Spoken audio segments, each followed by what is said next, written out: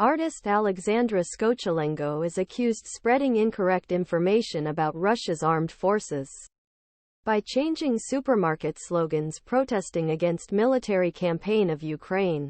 St Petersburg is accompanied by police officers before a court trial, November.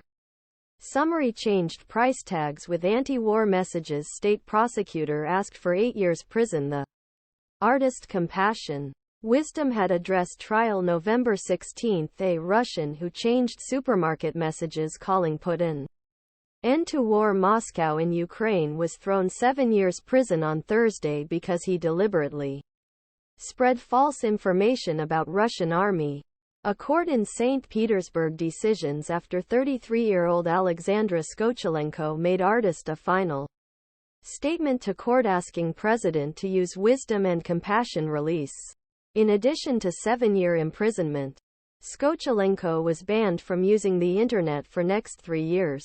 A state prosecutor asked for 8 years of imprisonment.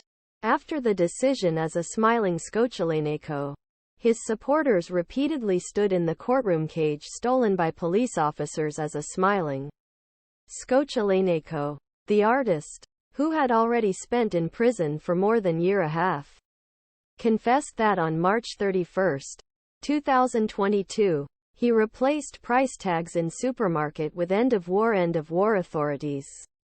However, he deliberately rejected the official accusation of spreading false information about the army. Critics. The case against Russia's private military operation in Ukraine, and about 20,000 detention and more than 800 criminal cases. He says, after sending Unity Ukraine at beginning of last year, Russia objected to what President Vladimir Putin described as an existential struggle with the West, and tightened laws of opposition silence critics. In his last statement, Skochilenko said that he was a pacifist who valued human life above all.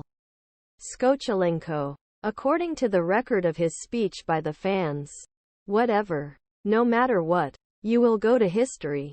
He said, you can show how to solve the conflict with words and compassion. Skochilenko's lawyers told the court that his clients did not commit any crimes and would not survive in prison due to celiac disease, which had a serious gluten intolerance.